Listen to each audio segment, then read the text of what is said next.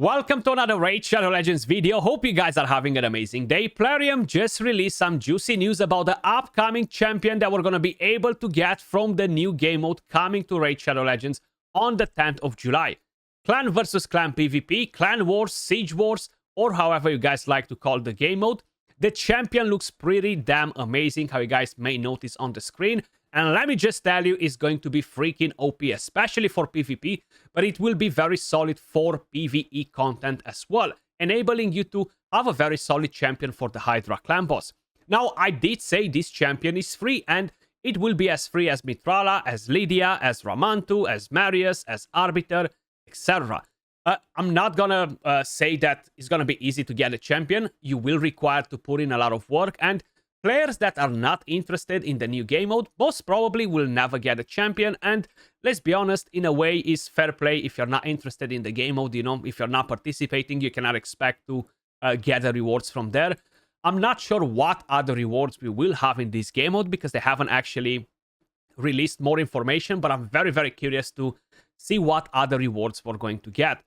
Let me just tell you that this champion will break PvP, it will create a lot of extra RNG, and it will be a very, very solid champion. And yes, a lot of you guys will end up in hating this champion after you're going to encounter her for quite a bit. But let me just quickly tell you what Plarium has to say, and then we're going to have a look at the kit, and I'm going to give you my take on it, why I think that this champion is going to be very, very solid. So, hey folks, here's a little info about the new brand champion. Authoratrix Lamasu, which you'll be able to get as the final reward in the upcoming clan PvP game mode, the Siege. Now, I'm not sure if we're going to have milestones, if we're going to have to collect some form of a currency in order to get the champion, if it's going to be something similar like in the Curse City. It's going to be a new Demon Spawn champion, it's going to be a legendary, it's going to be a support, and it's going to be a Void Affinity. Authoratrix Lamasu is a great champion for both PvE and PvP. For once, we agree on this, Plarium. Having decreased attack debuffs as part of the A1 and being able to place block buffs along with decreased speed debuff on her A2 with no hit when targeting a boss, which means you're not going to have any issues with a poison cloud, and this makes Lamasu a valuable addition to your Hydra team. 100%. So you're going to have decreased attack on the A1, you're going to have block buffs and decreased speed on the A2. But this is for PvE. Wait till we get to the PvP part. And a True Fear debuff to control enemies, a single target A3 skill to support an ally by removing all debuffs and placing an intercept to protect them from control debuffs, ship included.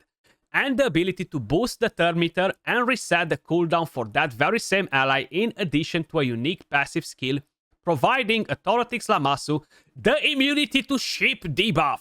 And now you have a perfect match for arena battles. 100%. So immune to polymorph, guys. This is going to be massive. Block buffs in PvP now is going to be huge. And not just that, but you will be able to land True Fear. That's what will make this champion broken in PvP. And that's what will break PvP furthermore, because you're going to bring in more RNG with the Fear. Once you land that True Fear, it's a 50-50. You're going to get a turn and you're going to do something, or no, and you're going to lose all of your skills. Of course, the new blessing that was added will become a bit more important. I would say that more people will try to use that blessing to counter the True Fear. But my god, block buffs and True Fear is going to be absolutely nasty. So you're going to see in a second how it works. The passive, sprinkle that with the ability to destroy enemies' accuracy and resistance, and you'll get an overall amazing support champion that can help your team in long fights and will be a great new addition to your roster. Massive for Hydra clan boss too. To drop the accuracy, to drop the resistance is going to be super solid for everyone, to be honest, because you're going to require lesser stats on your champions. That being said, this is the champion right here. You've seen it. She looks absolutely amazing. The A1 is AoE, so you're going to have a 70% chance to land decreased attack for 2 turns AoE. Very, very strong. The A2 will be on a 3-turn cooldown and will have a 100% chance to lock block buffs and a True Fear on all enemies for 2 turns. If you are targeting bosses instead of the True Fear, you will apply decreased speed next to the block buffs. Very, very nice.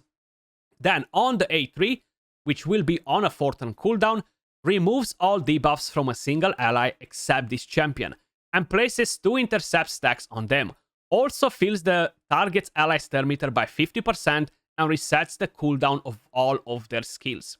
You know what that means, guys? Yumeko and her together will be nasty. Absolutely nasty, because they can reset each other. Void champions, I'm 99% that Authoratrix Lamasu will be able to reset a dupe of her, which doesn't exist in the game, but she will be able to reset other Void champions, which will be absolutely massive.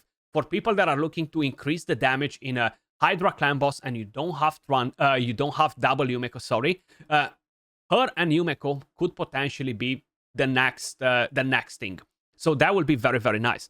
Now the passive, this champion is immune to ship debuffs.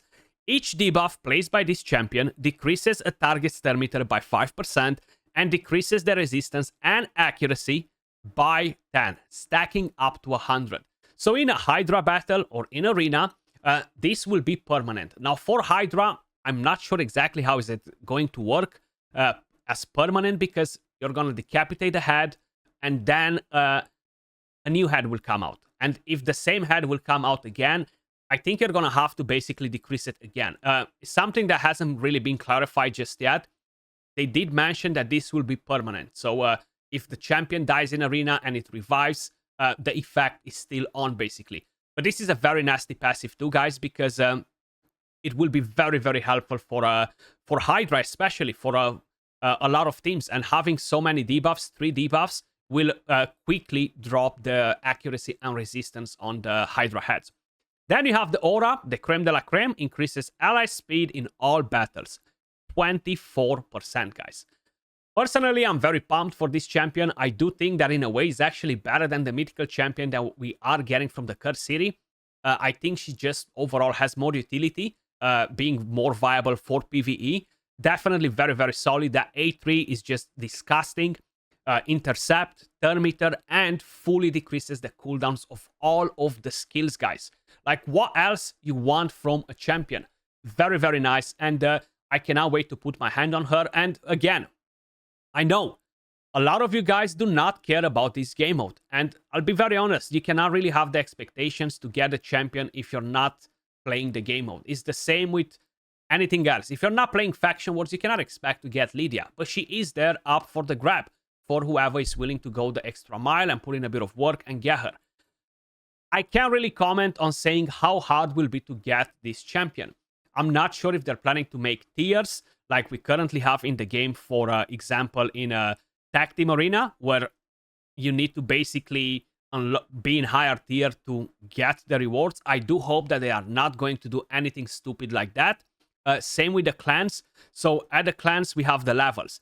Now, I'll be honest, if you're a new player, you cannot expect to just instantly get a champion. It will take you a lot of time, okay? Let me be honest. It will take you a lot of time to get a champion if you're a new player, if you're a free-to-play player, if you're in a clan that doesn't really do much, and half of the clan is inactive and they're just casually playing, you will take ages to get this champion. Or maybe you will never get the champion. But one advice that I can give you early on is, if you feel that your clan is keeping you behind, it's holding you back, move over to a clan where basically you're on the same level with the players, and together you can work for a common goal. Now, getting the levels up on your clan is not that hard. It takes time. It takes time for pretty much every single clan, but this is not something that's impossible. Now, if you're a brand new clan that you just created, it will take you a bit of time to max the level. I'm not sure if they're going to add the champion in here at the clan shop. They're going to do a different shop for the new game mode. I'm not sure how they're planning to basically rework the entire interface of clans, because I'm sure changes are coming with it as well.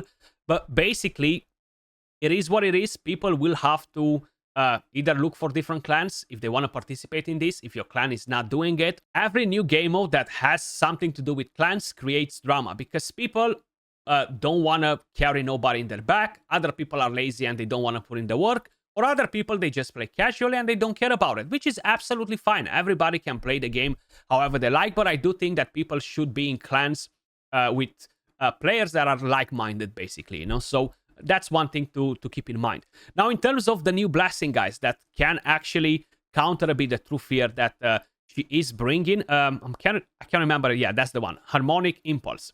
Fills the champion's turn meter whenever they lose their turn because of fear or a true fear debuff. Also decreases the cooldown of the skill they attempted to use whenever their turn is lost due to a true fear debuff. So this is a pretty decent blessing now. I've made a tier list recently and I trashed this blessing completely because there isn't much to do with it. But now that we have that champion, it's actually going to be pretty damn nice because at 6-star resets the cooldown of the skills this champion attempted to use and fills the turn meter by 50%. So basically, you're not completely going to waste your turn, waste your skills. So it's a good counter for True Fear. And it will be used on a lot of champions. Definitely one thing to keep in mind. And it seems like Plarium is planning it ahead. That's why they introduced the blessing, because a lot of us were like, well, what's this blessing going to really do for champions, you know? So there you go. Now we know exactly what this blessing will do. I know a lot of you guys might be interested. Who might empower this champion? So if you're going at the demon spawns, you have 2 void legendaries. I am 99.99% that the champion that will empower her will be Krutraxa. It's a bummer. I already have my Krutraxa at +4, no extra copies. For whoever has a Krutraxa, I would strongly suggest you keep her. Don't just empower the new champion. Krutraxa, she's an amazing champion. If you're getting additional copies, up to you who you decide to empower. I don't think they're going to bring in another Void Legendary just to empower her. I'm pretty convinced that it's Krutraxa, female, empowers female, or at least I know it's not something written in the law of life or anything like that, but it just makes sense from all the rest of the empowerment that we have in the game. Initwi is the other option, but I'm pretty convinced that Krutraxa will do the empowerment on the champion. Let me know your thoughts in the comments down below. Are you excited to be able to put your hand on this champion? You think she's going to change your account? You think she's going to be very, very impactful or no? And yes, I know a lot of you guys will give me hate now. Skratch, you call this champion free. It's impossible to get a champion. You said that we don't want to put in the work to get a champion, etc. I do think that is going to be a free champion, but it really depends how hard they are going to make it to get the champion. Hopefully, not impossible, and hopefully is not going to be tied to some form of a tier for Siege. If they don't tie it to a tier, people that are in any clan and they basically win or do whatever we need to do in order to get the champion will get her sooner rather than later. So yeah, that was all for the video. Much love. Appreciate all of you guys watching, and I'll catch you all in the next one. Peace.